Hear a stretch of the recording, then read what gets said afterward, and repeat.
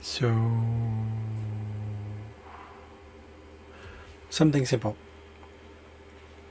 Things that I've been continuously learning about limitations of form and childlikeness. Now, for those who don't know what I mean by this, is the limitations of human, the ego itself, and I'm going to mix this in with a bit of astrology. To me, this is represented by Saturn.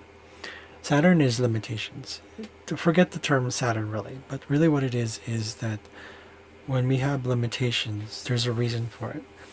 Limitations help us to kind of not go overboard when it's not, what do you call this, when it's unnatural, when there's a sort of a push for the ego's desire to just do and remain unconscious, or rather the dependence and the reliance and the attachment to form, the attachment to identity of this is the only reality.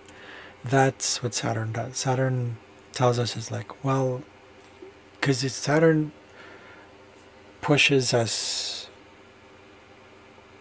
can push us rather beyond our fears if we allow it to.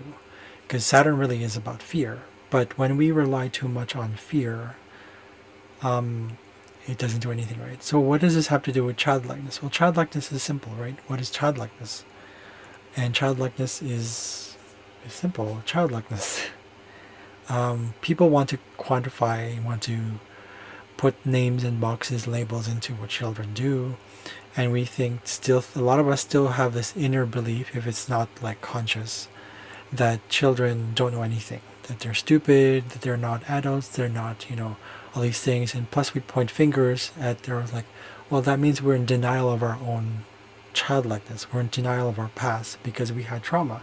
We had all these fears and experiences that were just either very traumatic or very, like, it's just kind of just a rejection of childlikeness.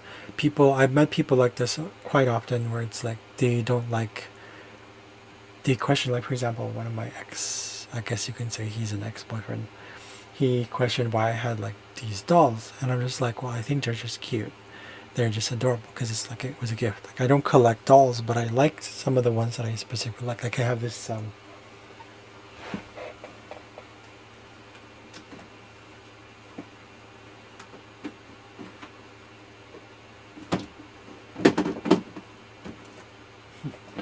okay, so I have this Stitch. If you remember Stitch, I have this one. So I bought it because I think he's adorable. So he's gotten his hair got curly because I had to wash him. But anyways, the point is that this is the doll. So I don't sleep with the doll. I don't sleep with that at all. But at the same time, it doesn't matter if I did. Now, a person who was basically projecting to me, he didn't say anything really, but I got this impression that it was like, oh, maybe he is okay, maybe he's projecting his own dislike of his own childlikeness.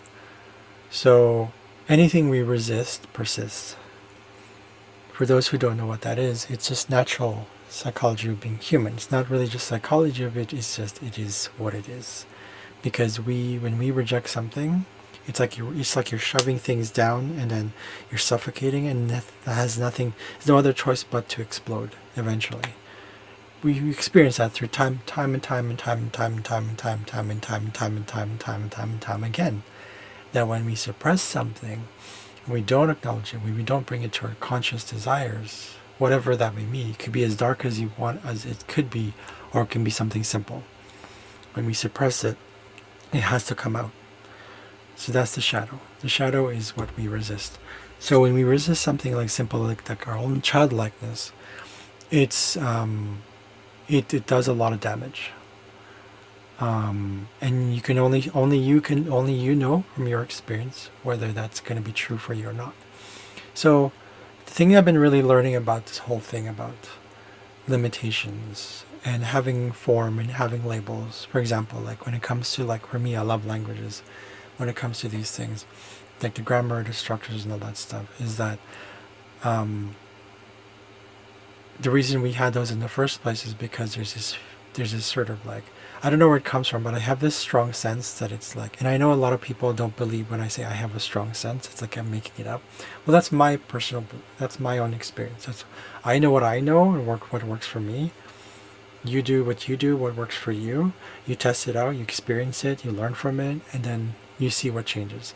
For me, all I know is that these things before that I've done when it comes to languages, like language learning, we call it language learning, the whole grammar structure first, speaking on day one, translation when it's not really actually necessary, when it's not a means to an end, when you're trying to use translation as a way to learn, and because you're just trying to use the short-term memory in the conscious part of the brain, and we know from time and time again, it doesn't work.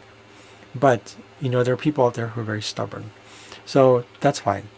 But what I'm learning from all this stuff is sometimes it's okay to have structure in terms of like, even like the videos that get put on YouTube, for example. Sometimes you'll have people who see, for me, I see the whole picture, at least for me, what works for me. Okay, I'm just saying that, but I do know that it works for a lot of people. But when it comes to like the whole picture, I see it. But sometimes we have to compartmentalize certain things, because sometimes taking on too much is just too much, right? And that's the whole thing about this whole limitation thing. This is Saturn, part of ourselves, part of our psyche, though we need to have these limitations to that. And then we put it all together. But the thing is, here's the thing. It becomes sort of like a crutch when we go, this is the structure and this is what it is and all that stuff. But what we don't realize is that everything is actually a flow, right? We cannot compartmentalize a river any more than we can stop it.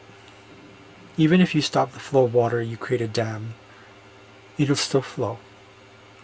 And what happens if it doesn't flow? What happens if water becomes stagnant? What happens to it? It starts to eat of itself. It starts to, it's like a fish tank, right? I'm not sure how related this is, scientifically speaking, but right now I don't give a shit whether it's scientifically based or not, because I'm using it just as an analogy. When it comes to like a fish tank, if you don't clean a fish tank and the fishes are moving, what happens? Muck and all that stuff, shit grows, because they're shitting in the tank, so you have to clean it out. But what does that mean? Why do you have a fish tank? Because you're containing it, you're putting blocks to it, you're creating limitations. That's Saturn, right? What happens to it? So you have this extra lesson that you have to learn. Saturn is also about, Saturn is a teacher. Teaches us that if you create stagnancy based on limitations, if you create limitations out of fear, if you rely on that, what happens is that fish tank, your life fish tank, becomes this limitations, becomes this whole like, oh, well, it's not moving. Well, life is about movement. I'm still learning that myself, right? So I'm not saying this is something that is like, you should do this, whatever, right? No, I'm saying from my experience, it's not working. Like when I isolated myself for about 2 years during the pandemic, I was really fucking scared, right? So, but then I was just like, I got tired of it, and plus I was just like, what is going on here? I'm not moving, I'm not doing anything, I'm not really living. Sure, like, dying is one of the biggest fears we have. In fact, probably one of the second biggest, probably. But either way, it's a huge type. It's a very debilitating thing, right? So I had to move. So I had to get out of that box, right? So we don't want to box things in. We don't want to do any of that stuff. Fear and stagnancy is the result of relying on the limitations and labels of things. So what happens when it comes to something like, for myself, when it comes to, because I've been thinking about this, like language learning. First of all, I don't call it language learning, I just call it acquisition. But I don't really want to call it anything else. It's just what children do. There's no need for labels as to what it is. When we get stuck into that label, we transfer that over to our understanding of like why we compartmentalize. See, these are labels, right? We compartmentalize. It's like going up a flight of stairs. You think, I'm on this level, and then I'm on this level. Do you really do that when you're going up the stairs? No, you just go up. Right? We like to also measure like our height as we grow older. But do we continue to do that throughout our lives? Even if you do, what does that do? Eventually you're short shrinking also, right? So what does that mean? Does it matter what does it like? So I'm talking to the people specifically who are very caught up and stuck in their own ways, because I know what that's like. I know what it feels like to be like stuck in your own ways, be stubborn, especially when there's pride involved. Oh yeah, fucking huge. Like just limitations all through. Like it's crazy. It's not healthy. So it's good to have limitations as kind of a guide. Eckhart puts it as words are merely stepping stones. Right? So same thing with everything that we do in life. For me, when it comes to languages, grammar can be fun if you like structure and all that stuff, but grammar should be done later on when you've already acquired it, meaning when it's already something you really understand how to use. When I'm talking about grammar itself, I'm talking about when you literally have this sort of like feel. It's a feel. And I know for a lot of people, it's like, what is feeling? I don't know how to feel. Feeling is for wusses. Feeling is for wimps. Feeling's for fags like me. Right? So it's like, well, if that's the case, then you pretty much already gotten yourself stuck in a specific rut. And that's not going to be helpful.